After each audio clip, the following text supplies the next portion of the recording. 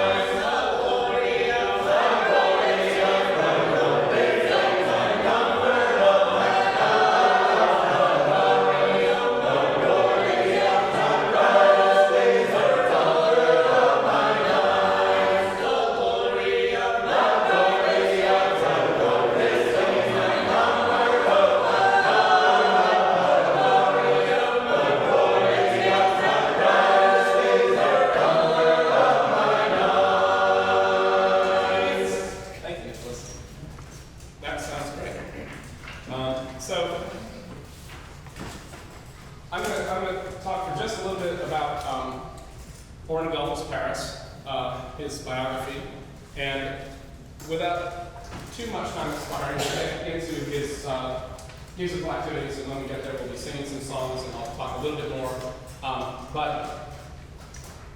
We'll start with the beginning. So Orrin Adolphus Parris, O.A. Parris, was born December 16, 1897. Born in Jefferson County, Alabama, which happens to be the county where Birmingham is located. While en route with his parents, Oscar Hayden Parris and Ada Odelia Morris Parris, as well as an uncle and an aunt, on a wagon from West Georgia to a homestead in Winston County, north of Birmingham. So born not while they were residing in Jefferson County, born on a trip, moving across states, okay? You can imagine what that trip must have been like. Sounds pretty challenging. So with his parents, his uncle, by the way, a man named Hosea A. Parris, people refer to him as Uncle Hosey, who has a song in the Sacred Harp on page 206, also contributed some of the poetry to 437, just so there's not credit. And various children. So born on the road. He landed on a farm in Winston County, a mile south of a small little crossroad called Neesmith. His uncle, Hosey, just down the road in the small community of Pelican, Alabama. Both families, shortly after they moved, helped found and were longtime attendees of a church called Liberty Baptist Church in Pelican, Alabama. Famous church in Sacred Harp. The site of a July 4th singing for many, many years. And by happenstance, the first singing attended by a man named George Paul Jackson, who went on to write several books, Sacred Harp singing, and wrote about having to take the train to Coleman and then rent a car and drive the car, changing flat tires along the way over a kind of dirt road and through a creek and such to the town of Pelican, which he described as not even a place. But he did speak about all of the mules tied to trees in the woods, things like this. Well, that was the church that O.A. Parris' parents and aunt and uncle helped found where he grew up. Still an active church. Visited a couple years ago, talked to the pastor last year who had recently received a sacred harp from a member of his congregation, a descendant of H.A. Parris, who had purchased it in Brighton, England, while on vacation. Okay. What? So, not figured out this stuff. But anyway, so O.A.'s father, Oscar Hayden, died when O.A. was 11. His mom soon remarried, and when she did, O.A. moved out. So at age 11, O.A. moved out of his parents' what had been his parents' house. He first moved to live with his uncle, Jose. He visited his house often. There's no evidence that he didn't get along with his mother, that was a real break. But it's interesting that he moved away when that happened. So had a little bit of an unstable life as a young youngster. Lived with his uncle Jose, songwriter, singer of much renown, for a while, then moved in with successful farmers who lived in the neighborhood by the name of John and Susan Godby, and lived with them for several years. Owe was in school only through 8th grade. The Godbys, with whom he was living, they offered to send him to school in Coleman. At this time, Winston County schools only went to 8th grade. There was no high school in Winston County. But in the big town of Coleman, in the adjacent county, there was high school. All the Godby's children had gone. He didn't want to go. He told his son that he didn't want to free live on the Godbys. He also maybe didn't want to veer too far away from his family. Yet, he was remembered by just about anyone who knew him as an extraordinarily bright individual. Adept in particular at memorization, at calculation, at envisioning multiple steps in his mind, in something like a game. He was great at games, and in a game like checkers, he could plot out multiple moves without recourse to any notes or such. I know a lot of this because of a document I should say that his youngest son, Heflin, gave to Henry Johnson, which he shared with me. And in that little kind of biography of Owe, Heflin said, quote, "I could ask him any question about any subject I was studying in high school." Remember, Owe never went to high school. And he could answer it without picking up a book. He could name every president, their term or terms, and what they accomplished in their allotted time. He knew the wars and the major players of each. I could write down a series of a half dozen or more 5-digit numbers and total them up.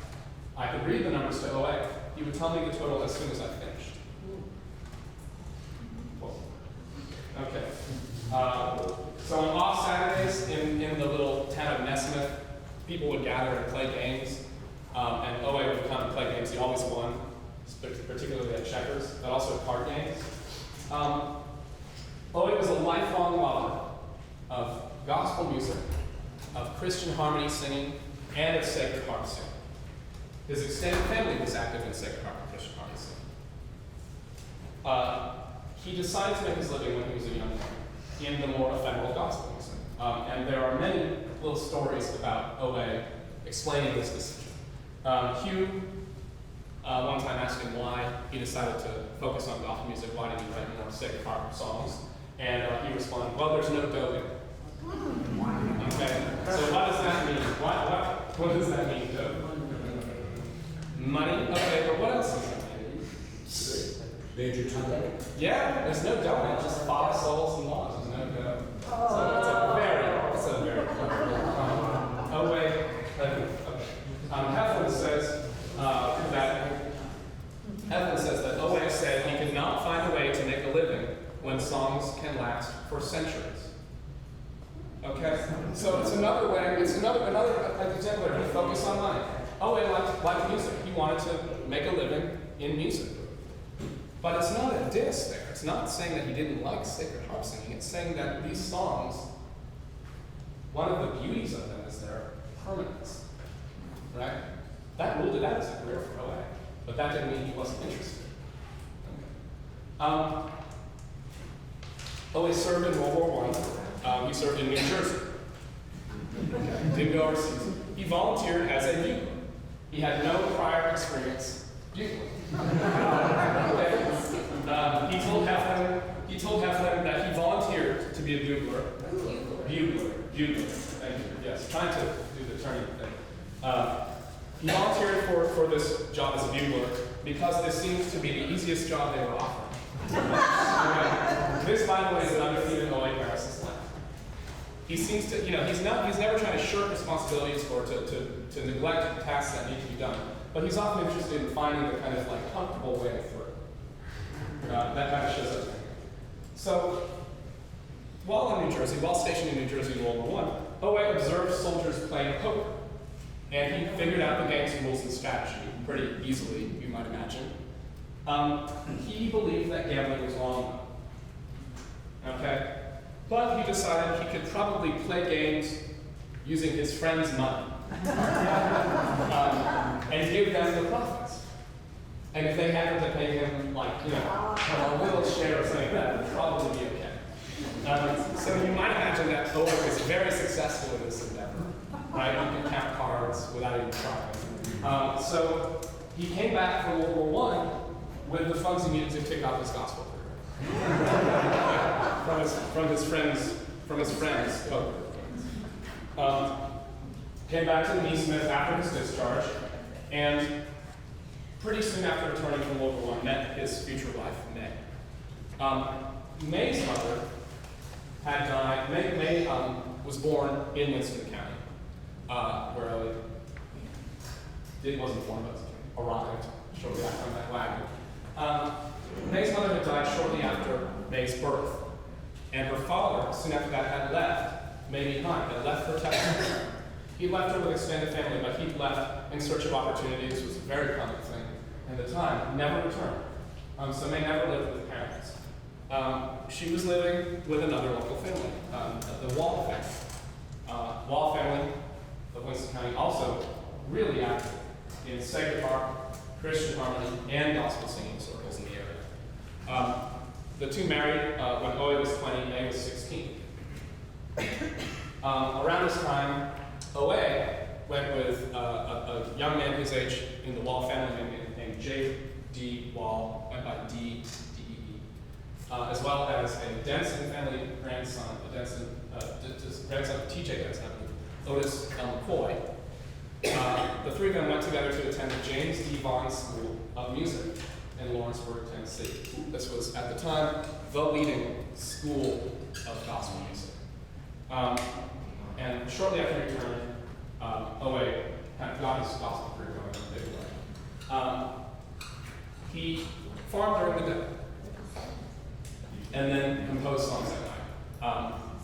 One of H.A., one of Owe's Parris' uncles, H.A., his great-grandson, was with us for the version of this class the other day, but shared a little story that Owe was hoeing cotton with his mule or something.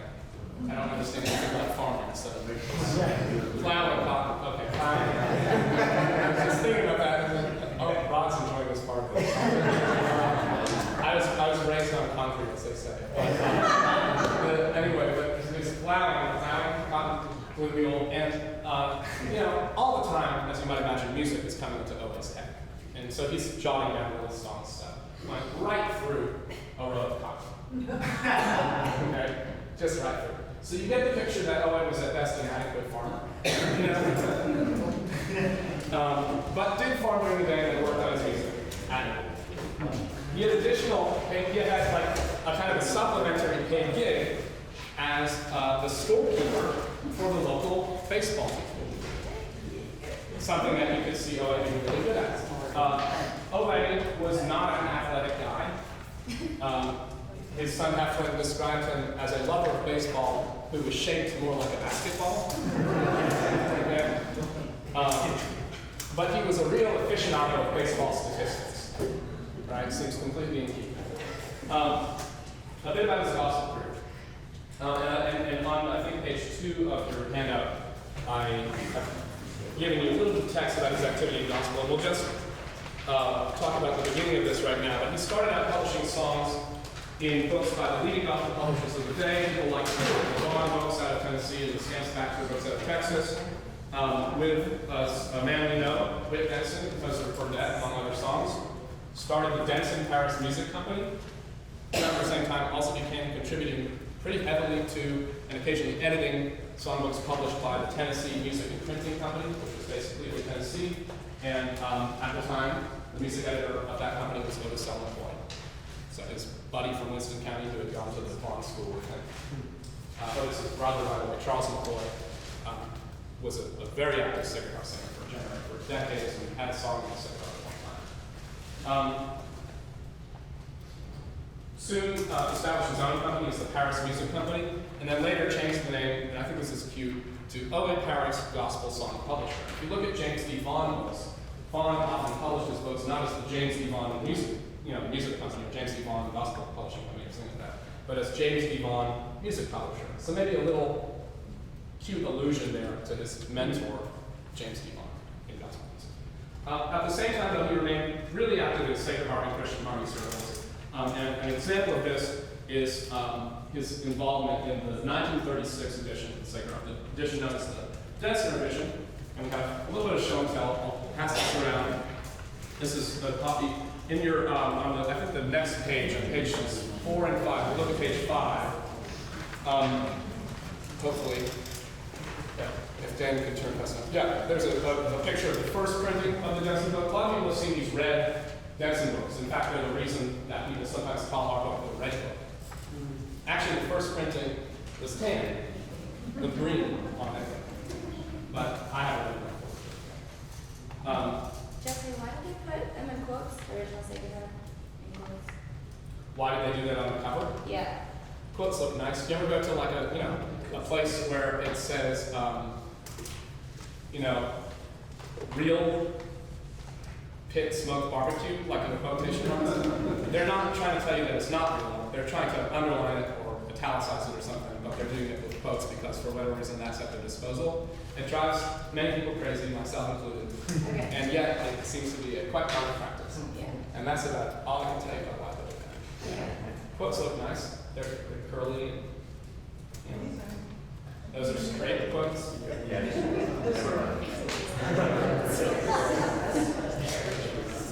That font, I can tell you that font did not come in italic. Okay. So anyway, O.A. served on the committee that edited this 1936 edition of the Sacred Harp that passed around. He also contributed 5 songs to 2 editions of the Sacred Harp. 3 to this 36 book, which are Across for Me, Eternal Praise, and The Better Way. All 3 popular, much loved, excellent songs. And then My Brightest Days, which we sang, and a song called A Few More Years to the 1960 Sacred Harp. So we'll sing a couple of these songs now. Let's first sing 349, Across for Me, and Kate Coxon is going to read that for us.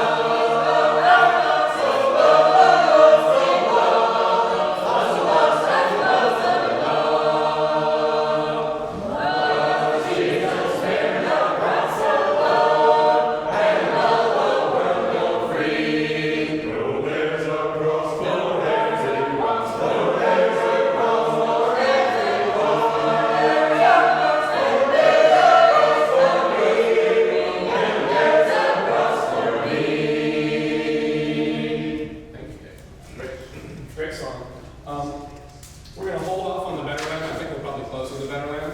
But we'll sing, this is one of 2 minor fusions that O.A. Parris contributed to this book. And we'll sing the other one, which is 377. I think Faye will lead that for us.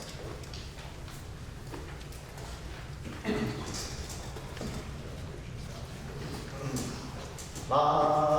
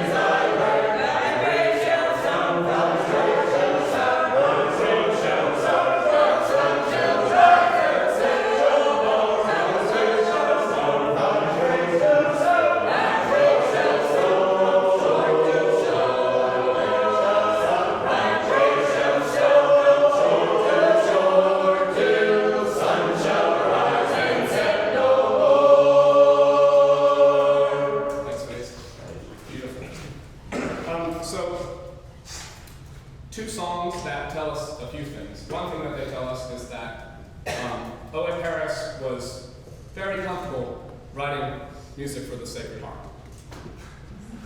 These are minor fuguing tunes. This is a style of song that does not show up in gospel tune books.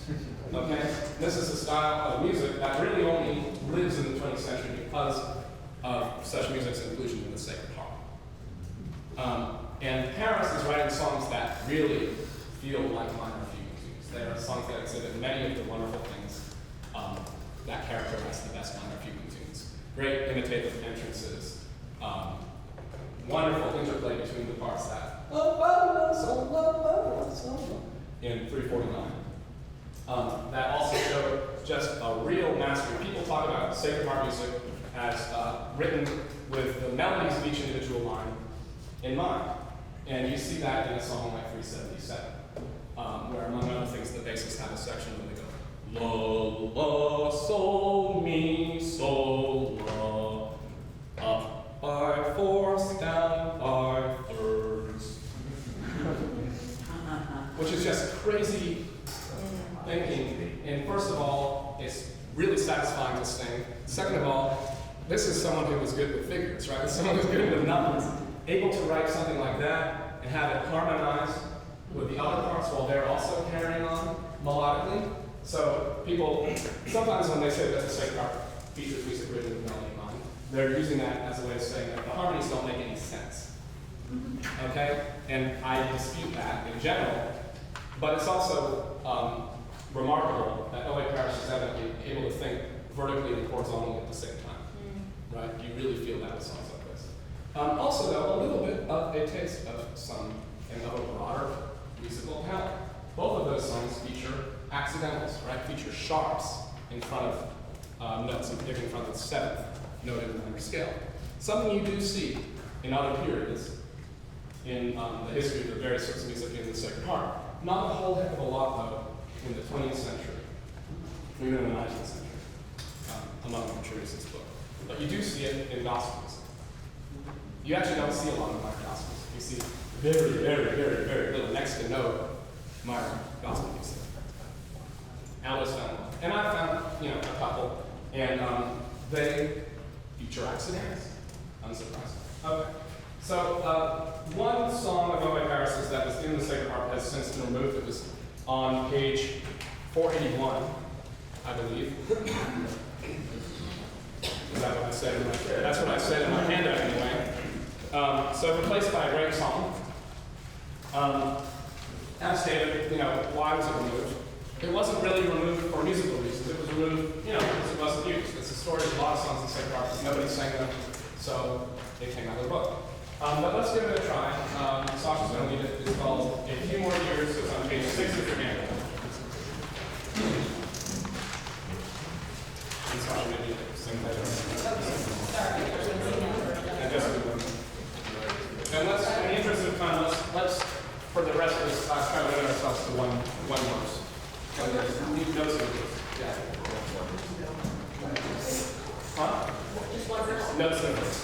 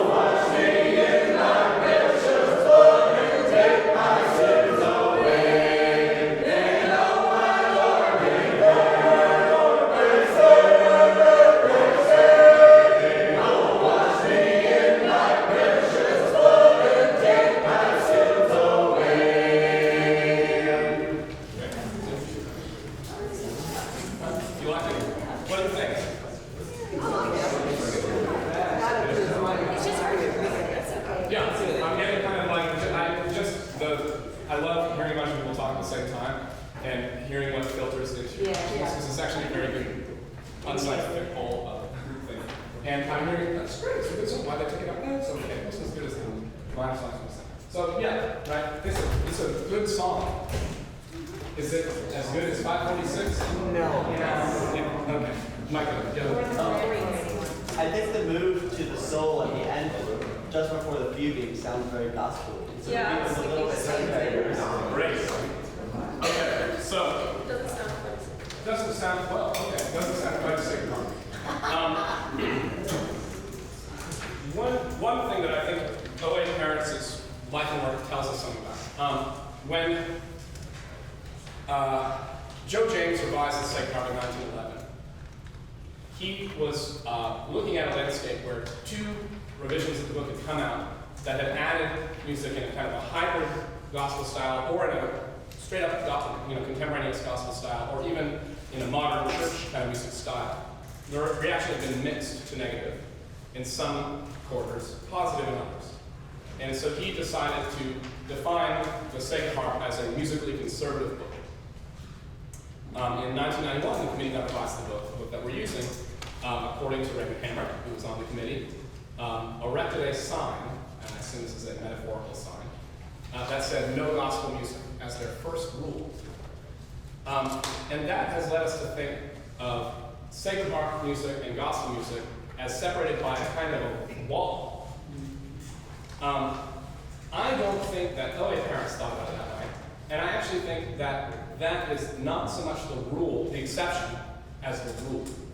I think that for people who live in Winston County, the place where the book was published for much of the 20th century, where Sacred Harp was probably at its peak at that time, there was a kind of a wall between Sacred Harp and gospel, but it had a nice door in it, and you could kind of peek through the door and look around and kind of grab onto something and pull it through the wall. Okay? I think that rather than being kind of impermeable barriers, O.A. Parris saw books as relating to genres, and these genres as distinct, but that there was some sense in which you could draw on maybe musical material, sometimes even lyrical material from another, and bring it into this one. And in doing so, you could do something that was just right at home, something that maybe also helped define the genre and the differences between them. So here's a song no longer in the book, but a song that has a lot in common with the song that is in the book, the Better End, which we'll sing later.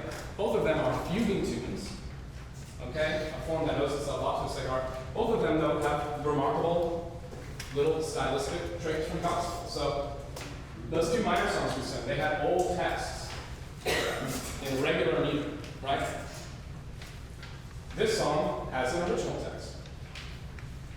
And it has, a short meter form, but it has some kind of little interesting tags there that you see a lot in gospel music, like my soul for that day. Okay, hard for us to pronounce, very much a bone in the gospel book.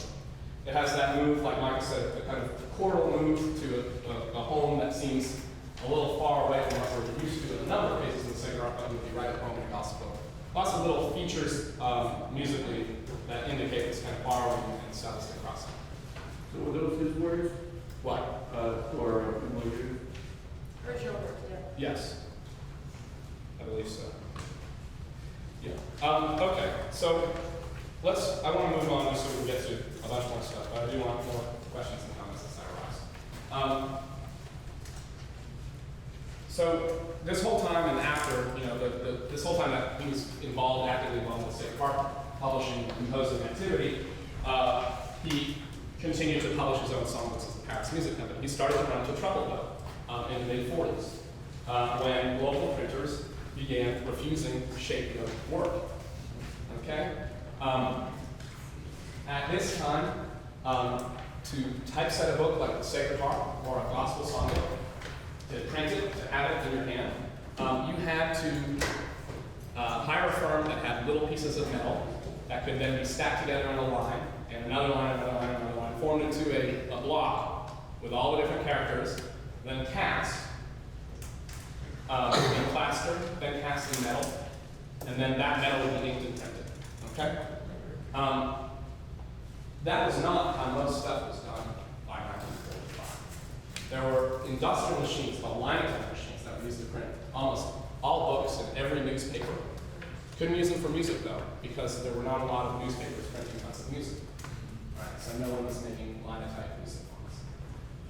There was a lot of music publishing going on, but it was not really gospel music or Sacred Harp publishing. The Sacred Harp, as we've seen, only comes out once a generation or so, right?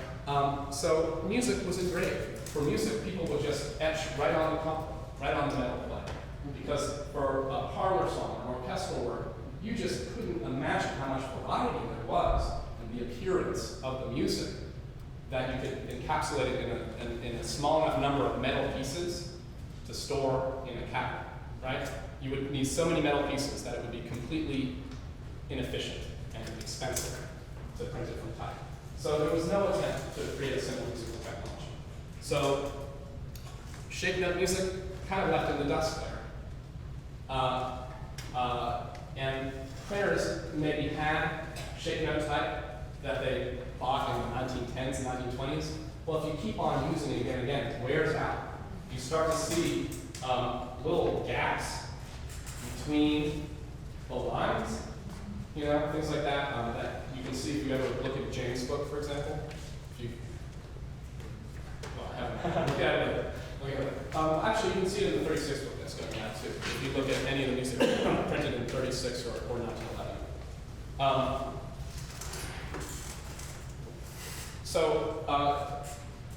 As this was all happening, and you can see the evidence on page 4.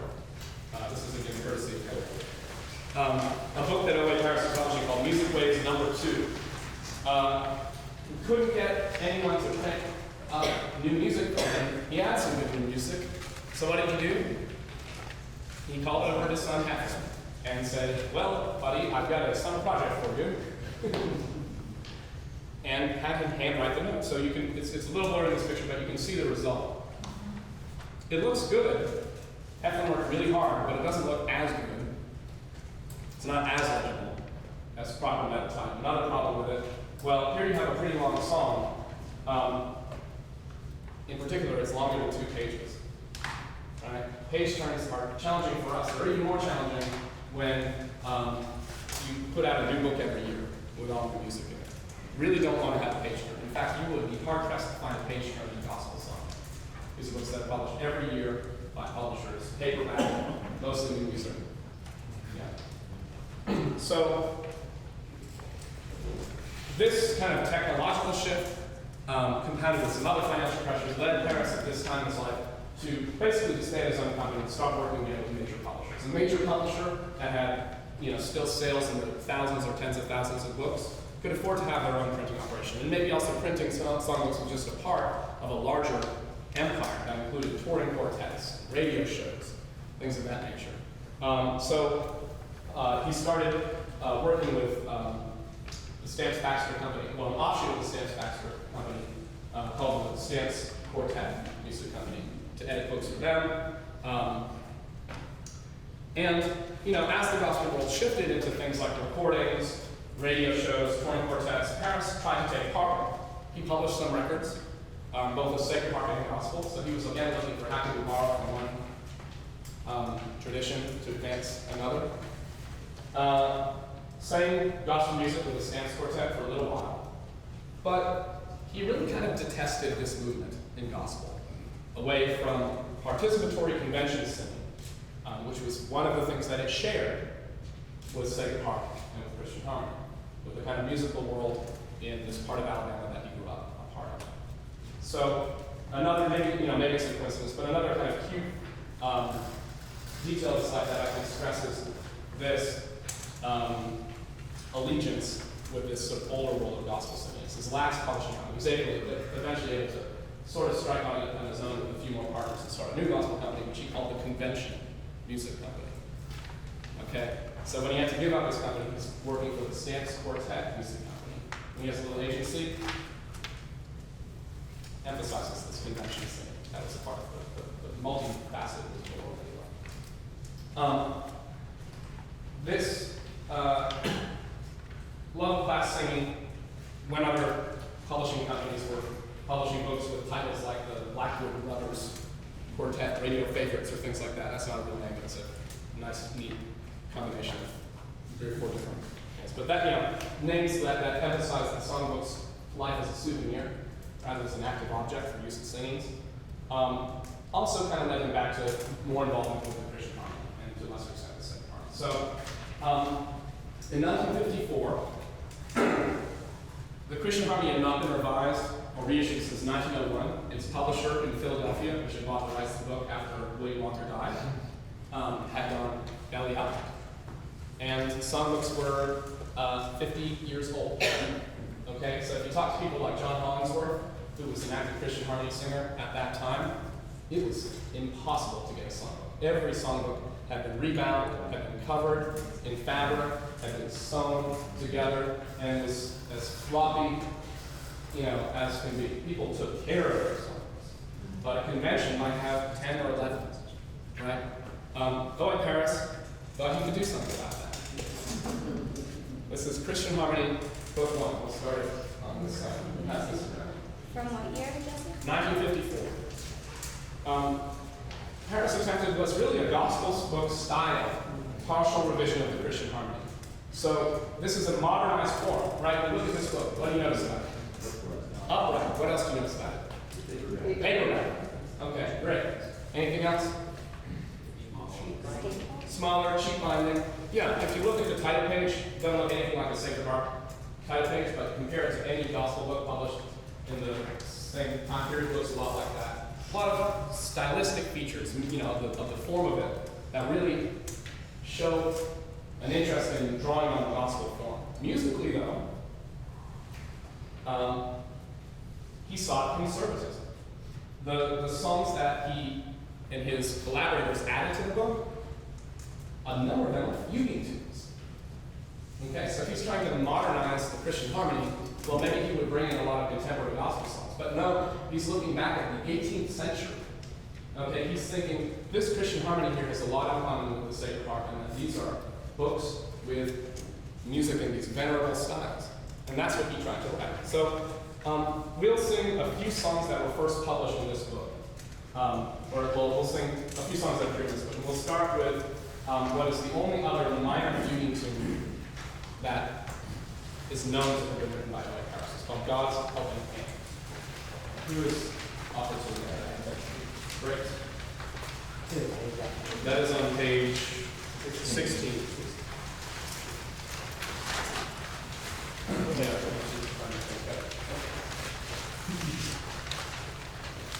Yep.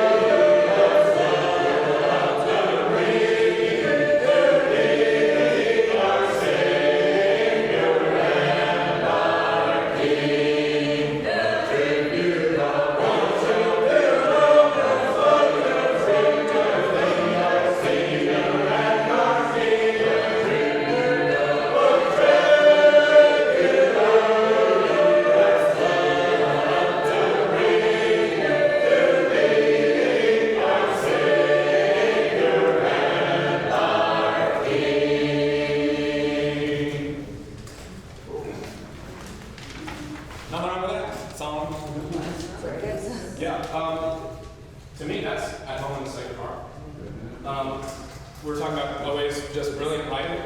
Look at the interplay between the tenor and the treble on the bottom brace.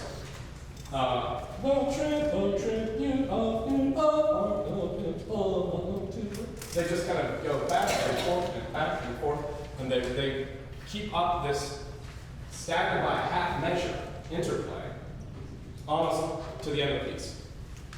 That's not easy to achieve. Like this is another one of Elliot Parris's works that demonstrates this real mathematical mind, a real silly sound. Do you believe that Elliot Parris intended this to be sung in a Dorian mode with a raised sixth? Yes. Yes. I do, and I don't have a whole lot of evidence for that. I think that Elliot Parris is an interesting character. I think that he was very musical. He was well aware of the ways that things were done. He was an observer, an acute observer. Harry doesn't like this I think that he wanted us to sing accidentals when notated. So, we don't do that often with his songs. He has a heck of an accidental in the Better Land, which we'll get to. And I think he wanted those sung. But I think that I think that he was a bright enough guy to compose with the practices that he observed in life. It's interesting to look at the sixes where they appear in this song. They should appear in different contexts, so I withdraw my comment. Anyway, good question. What? All right, thanks a lot. Great. So let's next sing a song called "Weary Rest." I think Rachel's going to use this. It's on page 15 in your handout. So here's a major key thing.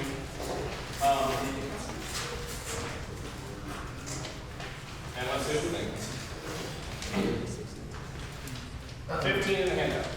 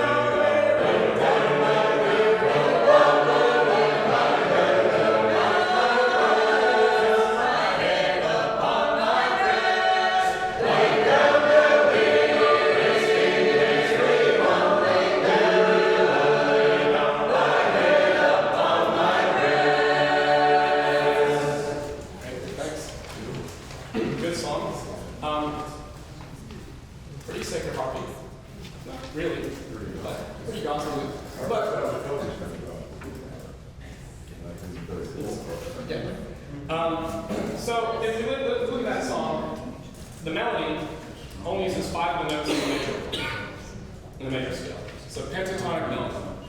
It has fugue entrances. It has reasonably melodic part running in some cases. In other cases, not so much. Interesting thing though, 20 years before it was added to Christian Harmony Book 1, of a different song by Elliot Parris was published in a gospel book called Pearls have a copy of that here, but we can't hand it out just yet because we're going to use it. Yeah, there it is. Pearls of Cross, nice little gospel book. In that book, written, by the way, right around the time that the Densons and O.A. Parris were working on the 1936 Denson revision of the Sacred Harp, O.A. Parris wrote a song called I'll Be Satisfied, which I printed here on the facing page. It was published in 2-staff co-brace format, right, so condensed, in 7 notes. And it has a lot in common with Weary Rest. You'll see there's some differences. It's in a different key, a lower key. It's in 2/4 instead of 4/4, so the note durations are all half.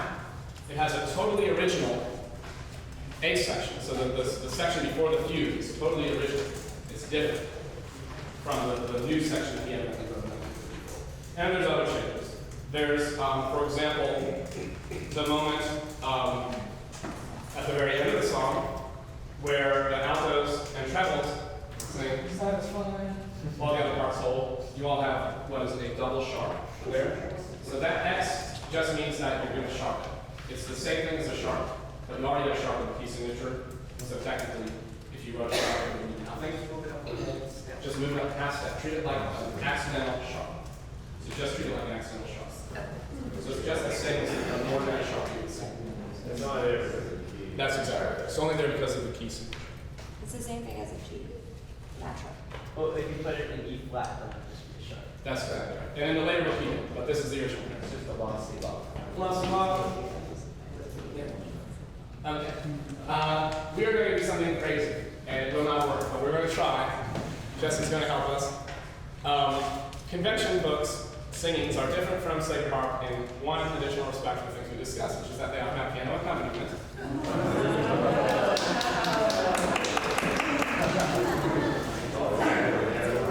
He's way over there, we're over here. I don't know how loud the piano is, but it did occur to me that the piano is really loud. Where do you want to sing? That's fine, you know.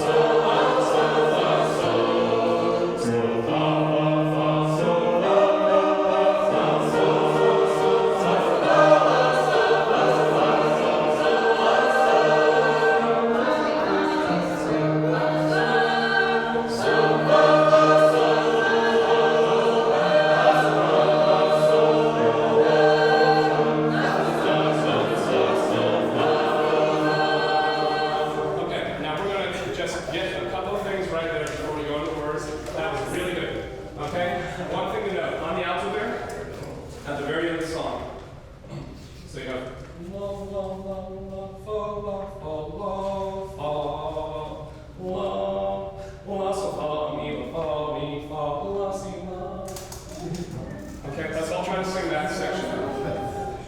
So let's start from the very end, just like, oh, then, so we'll start at red then, okay? And no one else sings when they have that little oh. Does everyone see that right towards the end? So let's let them have their moment in the song, and it will sound like oh, oh, so fa, mi, fa, mi, fa, la, si, la. One more time. La, so fa, mi, fa, mi, fa, la, si, la. Great, all right. And you all just from the down beat there. So, fa, so, mi, so. All right. More or less? More or less. Do our best. All right. Ready, Justin?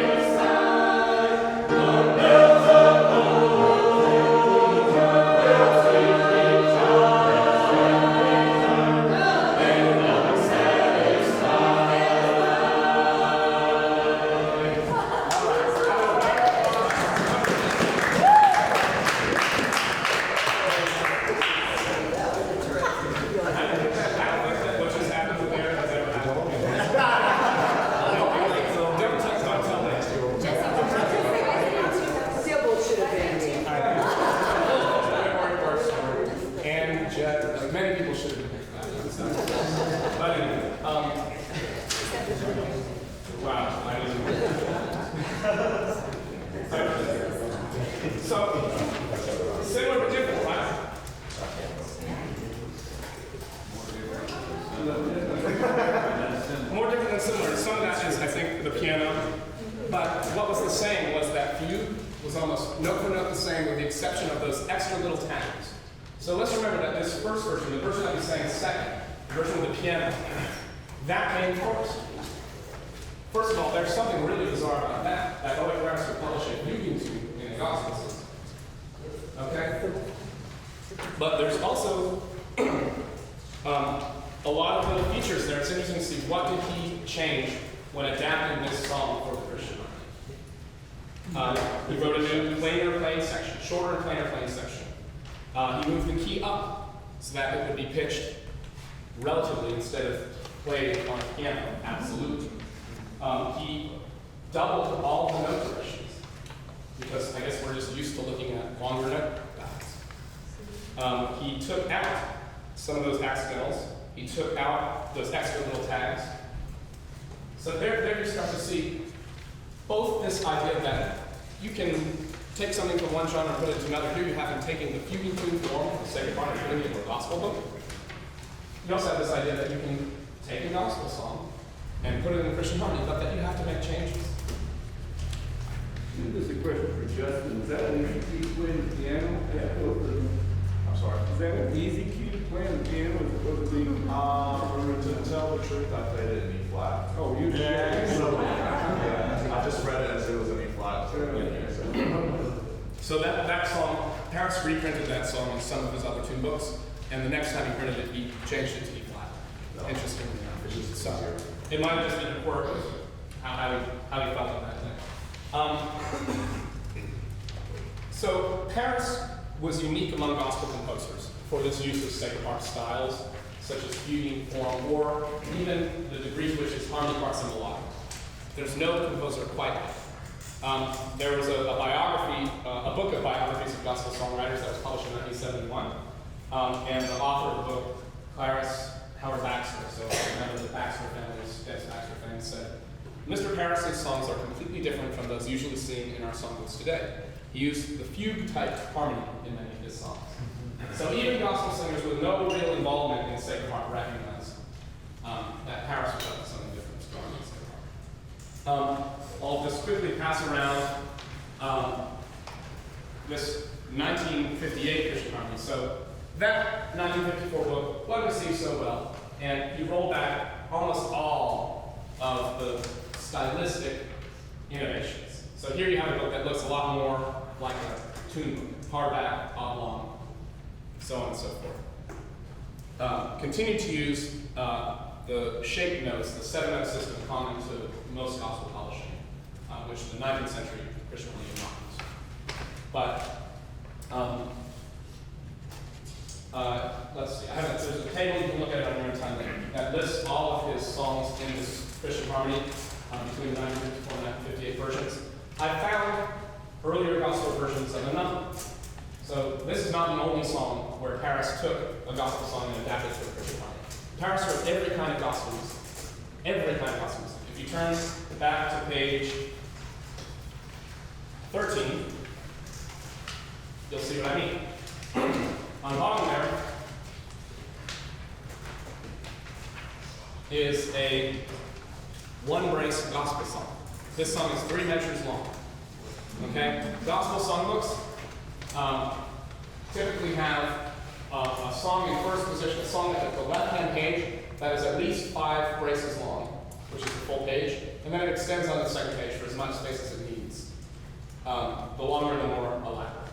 Some real showstoppers are 2 pages long. If they're just shy of a showstopper, you're left with a 1-brace whole. So Parris wrote a song that fit in a 1-brace whole. This is the warning. This is the warning of Going Back 213 of the Bible. Yeah. But he wrote, in other words, he wrote these 2-page showstoppers. He wrote a 1-brace song. He wrote everything in between. The songs that he adapted for the Christian harmony, though, are typically either these fuguing tunes, these unusual fuguing tunes that he wrote, or the songs that took up, say, 3 braces on the second page. So simpler gospel songs with less of a dramatic kind of crazy chorus. Why don't we sing one of those? We're nearing the end of our time, but I think we have time for a good time to come. We're going to skip over this. Longing for the Day is an absolute masterpiece.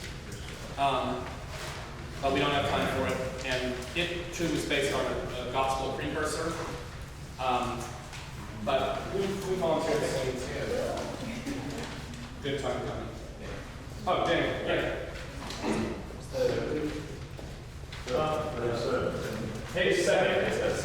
This is a song that, so most of his fuguing tunes came in 54. In 58, he added some more of these easier gospel songs. And everybody look at the stenio, okay? So when we get to the end, we're not done. We go up to the top brace, to the broad bar and the stenio, and then go to the fugue. And we'll just sing one verse if that's okay.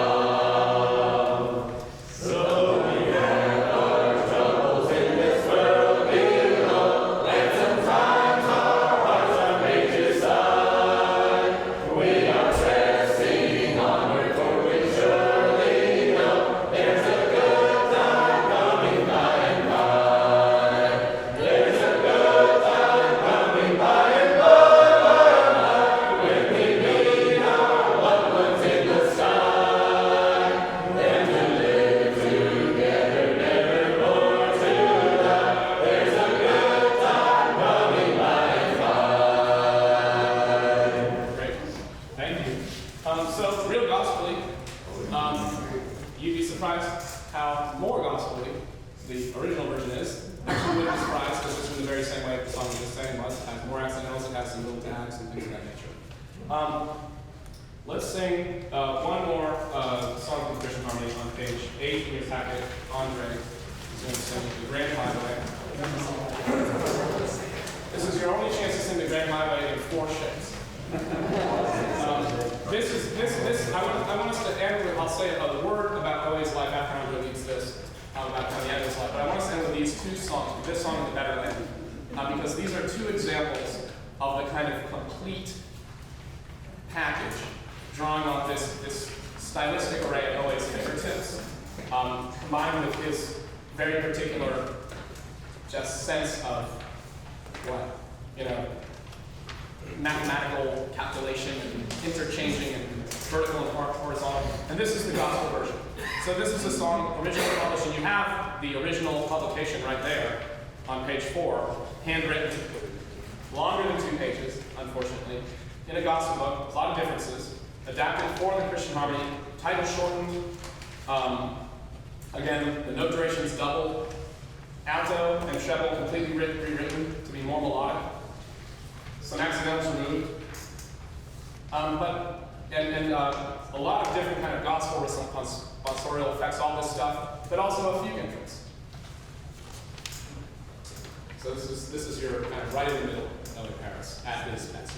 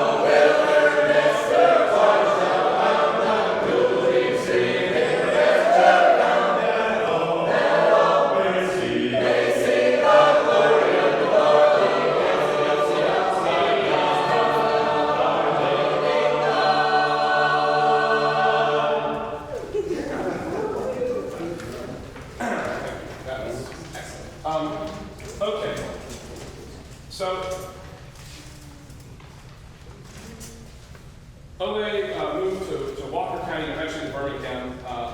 Settled, by the way, about a mile from where the Birmingham Barons, the Birmingham AAA baseball team played. Would walk to games most days, regular attendee. As long as he was able, continued composing gospel and attending Barons games until just before he died in 1966. Inducted into the Alabama Gospel Music Hall of Fame. A couple of his songs, written early in his career, when Morning Sweeps the Eastern Sky, and another one's when the Home Gate, what's that one? When the Home Gate swings open, yeah.